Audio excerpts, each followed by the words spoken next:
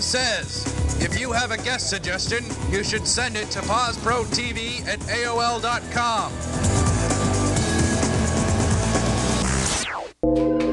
Hey, welcome back. As promised, we're here with Julio Lazzarini from Deep Blue, and we're going to talk a little bit about the Pear Festivus that's coming up. You're involved Excellent. with that, and Yes, you're I going am. to cook us a dish that would be an example of what will be judged by you at the Festivus. Definitely, definitely. I'm going to make a roasted mushroom and roasted pear risotto, topped with a truffle honey glaze to go with that. I mean, you can make anything. Pears are so versatile. Maybe at the festival, I have 2 different demos that we're going to perform. The first one, I might do something like maybe like a roasted pear salad or roasted pear vinaigrette to go with the salad. And we were talking last time about making a ceviche with the pears. Right. So I've been working on that idea. I haven't really decided what I'm going to do, but I think I'm kind of gravitating to go that way. That's right, because you're doing 2 demos. Yes, I am. You're doing 2 demos at the festival, and you're also judging the children's cook-off. Yes, I am. Yes, right. I am. So I have to go to this, excuse me. At 10:30, you'll be doing a demo. That's correct. And at 12 o'clock, you'll be doing a demo.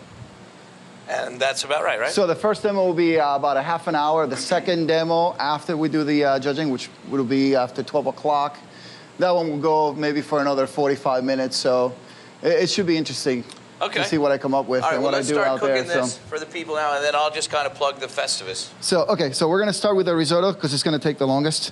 So we already have in this pot right here the pears that have been roasted with shallots and garlic, deglazed with the white wine, and then I added the arborio rice that is part cooked, and now we're going to start to add our chicken stock. Okay. See, now, for the people, we'll tell them the 4th annual Great Pear Cook-Off is on the grounds of the Reed House and Gardens, which is 42nd and the Strand in Newcastle. That's correct. That's correct. Some people actually be using the historic pears from their historic pear tree. Yep. Which is like a 400-year-old pear tree. And that's what they're suggesting, that people go there a week before or a couple of days before, get some pears, work on their recipe, and then that day they can just, present their actual dish. So that's what we're leaning for. You can actually, if you wanted to, you could buy your own pears and go to the supermarket, but I think it would be neat to get the pears from the actual location and use those to produce something, that would be kind of cool. It would be a better test of your culinary ability. Most definitely, because most definitely. We saw when she brought the show when we did the cooking show. Yes. The pears they have are like tiny little green pears, not the big jumbo pears that you find in the store today. These were not genetically altered at all. Well, the pears that you usually find at the supermarket these days, they're from South America, most of them. Right. They're from Chile, they're from Venezuela, they're from Argentina. So, they're from a different region. These are more of the original. They're not genetically enhanced at all. Right. So that's pretty much it. So. Oh, I should tell them this too. It's Saturday, August the 9th. That's correct. From 10 to 4. All right, so enough of this. Now let's cook some more. So we're going to get some olive oil here. It's right here. It's right here. And we're going to put some mushrooms, and we're going to turn up the heat. I kind of backed you off on that, didn't I? Yeah. Just exactly what you didn't want to happen. I did to you. I made it bad. It's okay, it's okay. And then we're going to add some salt first. And I always like to do it this way. I like to start the mushrooms ahead of time and then put the garlic and the shallots in there just to prevent the shallots from burning and the garlic from burning. Right. It turns bitter, and it really affects the flavor of the mushrooms. And then we're gonna mix this here. We should turn up the heat also on this. So what's happening at the Deep Blue? Anything?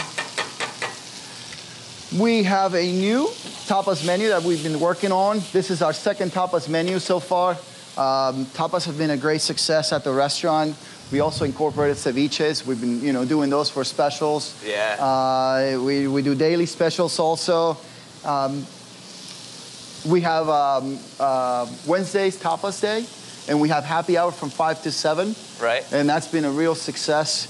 We have 6 tapas that we make just for that day, and they change all the time. So they'll range from lamb chop lollipops with romesco sauce to That's the only gambas al things. ajillo with salsa verde, and, you know, and that's my influence and my style of cooking. And I mean, people seem to enjoy it, so I'm going to add. I did. I mean, you guys are at a disadvantage because I've already done 2 cooked orders with Julio. So I've tasted the ceviche, which I would have to say is the best I've ever had. So if you like it, you haven't tried it, or you really like it a lot, head to the Deep Blue and get some of that. And then the lollipop lamb chops were awesome too. So I've had a sampling of the tapas, and I find it very lovely. That's correct. And I'm hammering this a little bit.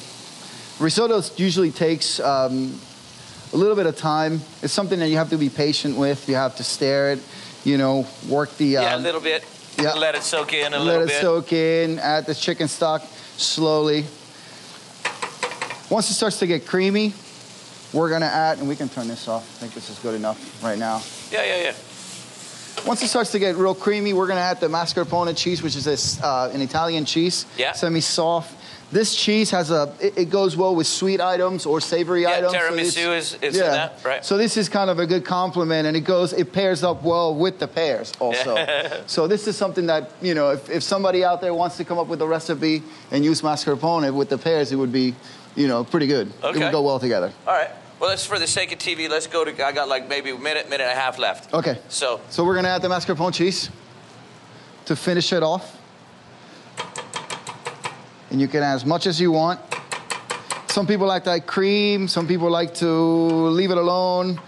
Well, with the butter and the cheese, it's already very creamy. If you added heavy cream, it would be even more creamy. Exactly. Leave it more hard on your arteries, which is lovely with me. I'm all for it. Yeah. We can add, also on top of this, Parmigiano Reggiano or Grana Padano or any other kind of cheese you like. You can use, you know, blue cheese if you like. Blue cheese goes well with pears. But here we have it. It's pretty close to what we want. We'll give it a taste, a little sample here. We're going to plate it up.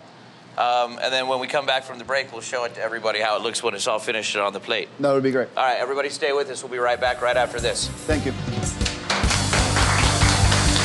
So let's